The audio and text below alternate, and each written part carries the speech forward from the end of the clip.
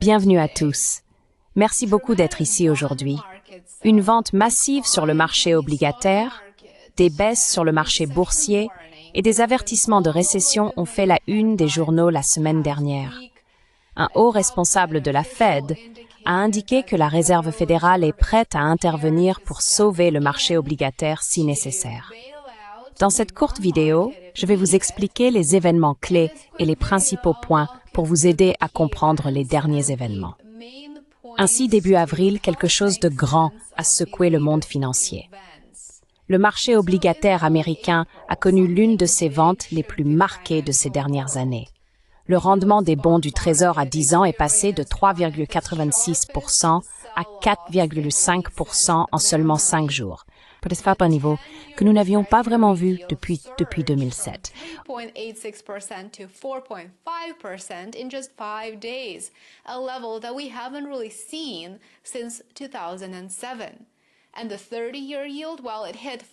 Et le rendement à 30 ans, eh bien, il a atteint 4,92%, marquant sa plus forte hausse sur 3 jours depuis 1992.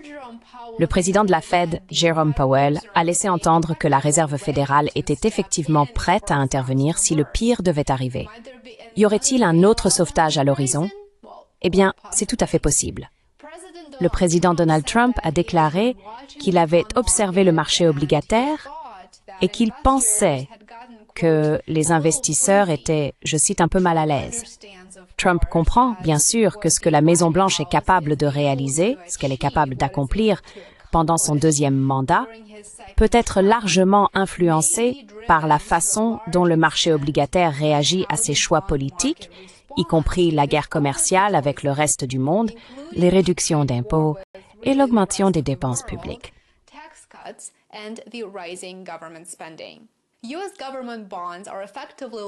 Les obligations du gouvernement américain sont effectivement des prêts au Trésor. Historiquement, les obligations sont considérées comme l'un des placements les plus sûrs en finance. Ces obligations représentent un marché énorme de plusieurs milliers de milliards de dollars dans lequel tout le monde, des investisseurs individuels aux fonds de pension, en passant par les entreprises multinationales et même les gouvernements étrangers, investit. Alors, qu'est-ce qui provoque ce chaos sur le marché obligataire? Décomposons cela en termes très simples. Il y a plusieurs facteurs principaux, mais tous se résument à une incertitude croissante et à des perspectives qui se détériorent alors que la confiance dans les États-Unis continue de décliner.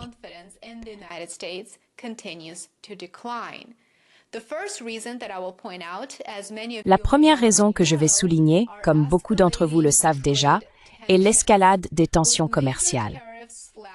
Avec des tarifs majeurs imposés sur les produits chinois, le commerce mondial a été ébranlé et les investisseurs, bien sûr, ne sont pas ravis.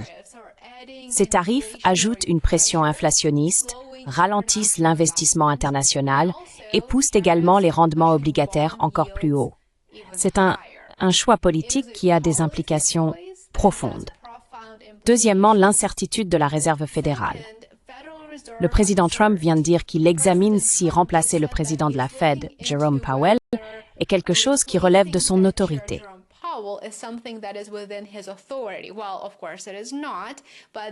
Eh bien sûr que non. Mais cela semble être en préparation, car les deux ne s'entendent pas vraiment. Et cela dure depuis trop longtemps, malgré des indices de baisse de taux. Ils ont été vraiment lents à agir. Et le président Trump a souligné que c'est exactement ce qu'il n'aime pas. La Réserve fédérale n'a pas réduit les taux de manière agressive, malgré des signes que l'économie pourrait avoir besoin d'aide. Bien sûr, s'il baisse les taux, il renonce effectivement à l'inflation. C'est donc une position très difficile à tenir. Les traders obligataires interprètent cela de plusieurs manières. La Fed pourrait ne pas contrôler l'inflation, c'est l'une de leurs hypothèses, ou pire, elle pourrait être trop hésitante à agir pour prévenir un ralentissement.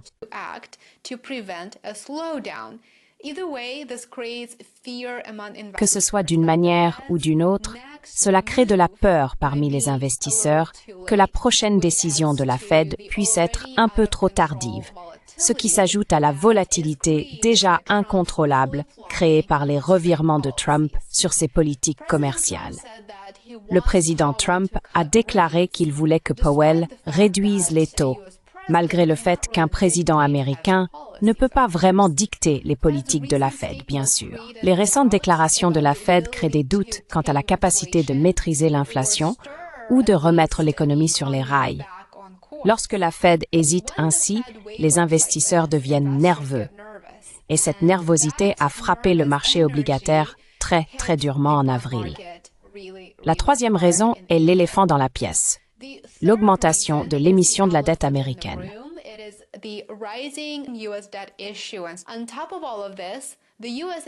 En plus de tout cela, les États-Unis émettent une quantité massive de nouvelles dettes. Lorsque plus d'obligations inondent le marché, cela fait bien sûr baisser les prix et augmenter les rendements. C'est la loi classique de l'offre et de la demande. C'est très facile à comprendre, mais dans ce cas, les enjeux sont extrêmement élevés. La hausse des rendements souligne le déclin de la confiance. Lorsque les prix des obligations baissent, les rendements augmentent. Et c'est ce qui se passe actuellement. Et cela se produit très rapidement. La hausse des rendements, en particulier sur les obligations à long terme comme les bons du Trésor à 10 ans, peut signifier que, premièrement, les investisseurs veulent des rendements plus élevés pour détenir de la dette publique, ce qui signale généralement des attentes d'inflation plus élevées, des risques accrus ou les deux, ce qui, je dirais, est le cas ici.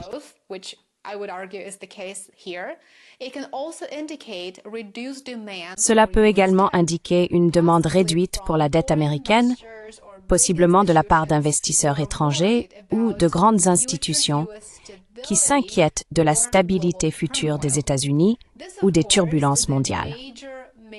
Cela, bien sûr, est un problème majeur pour les États-Unis. Moins les obligations américaines paraissent attrayantes pour les investisseurs, plus les rendements doivent être élevés pour vendre ces obligations aux investisseurs. Risque élevé, rendement élevé. Cela a du sens. Lorsque les rendements augmentent, les coûts d'emprunt dans notre pays augmentent également, y compris les coûts d'emprunt pour les consommateurs américains. Les États-Unis émettent une tonne de nouvelles dettes pour couvrir leurs dépenses, et quelqu'un doit acheter tout ce papier.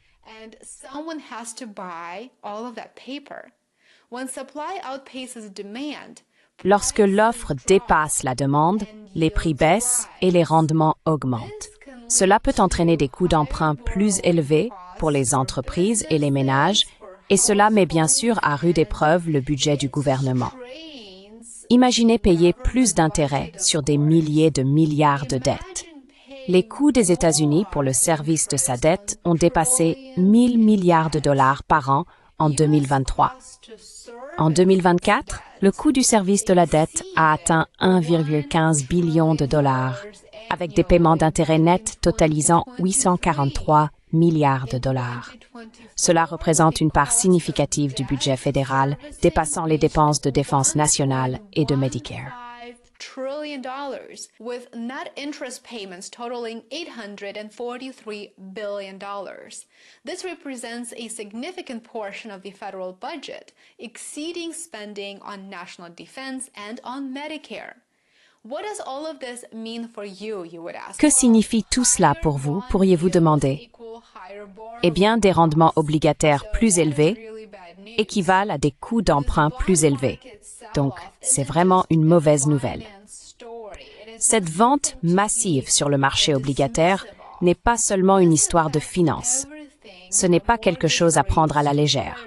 Cela affecte tout, des taux hypothécaires aux cartes de crédit, en passant par les prêts aux entreprises. Des rendements plus élevés signifient des coûts d'emprunt plus élevés, comme je viens de le mentionner, ce qui ralentit les dépenses, ralentit les embauches et diminue également les perspectives de croissance économique. C'est un signe d'avertissement d'une récession potentielle ou de quelque chose de bien pire. Et ce n'est qu'un des nombreux signes d'avertissement que nous voyons depuis un certain temps. Où allons-nous à partir de là est la grande question. Les investisseurs surveillent de très près la prochaine décision de la Fed et gardent un œil sur les réactions mondiales aux politiques commerciales des États-Unis. reactions to U.S. trade policies. One thing is clear at this time, the bond market isn't Une chose est claire à ce stade, le marché obligataire ne réagit plus seulement aux gros titres. Il envoie un message. Et en ce moment, ce message est plein d'incertitudes. Jerome Powell est pleinement conscient que tous les signes indiquent une récession économique majeure dans un avenir proche.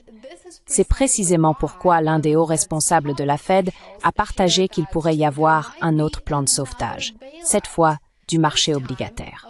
La Réserve fédérale serait absolument prête à déployer sa puissance de feu pour stabiliser les marchés financiers si les conditions devenaient désordonnées. Selon l'un des hauts responsables de la Banque centrale, rapporte le Financial Times.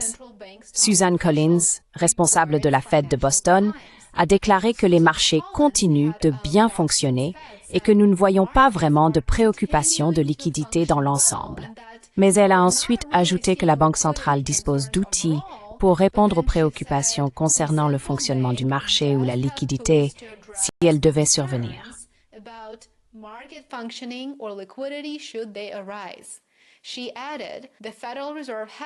Elle a ajouté que la Réserve fédérale dispose de facilités permanentes supplémentaires qui peuvent aider à soutenir le fonctionnement du marché et qui sont déjà en place. En d'autres termes, il devient trop évident même pour les responsables de la Fed de ne pas admettre que l'économie est sur le point de connaître un ralentissement majeur. Un obstacle douloureux résultant d'années de dépenses incontrôlées et des dernières mesures politiques qui ont intensifié les tensions commerciales mondiales sans aucune issue. Nous continuerons à vous informer ici sur ma chaîne ainsi que sur Substack. Assurez-vous d'être abonné. Si vous avez trouvé cela intéressant, veuillez vous abonner à worldaffairsandcontacts.com. N'oubliez pas de liker et de vous abonner pour soutenir mon travail. C'est très apprécié et je vous retrouverai ici bientôt. Au revoir pour l'instant.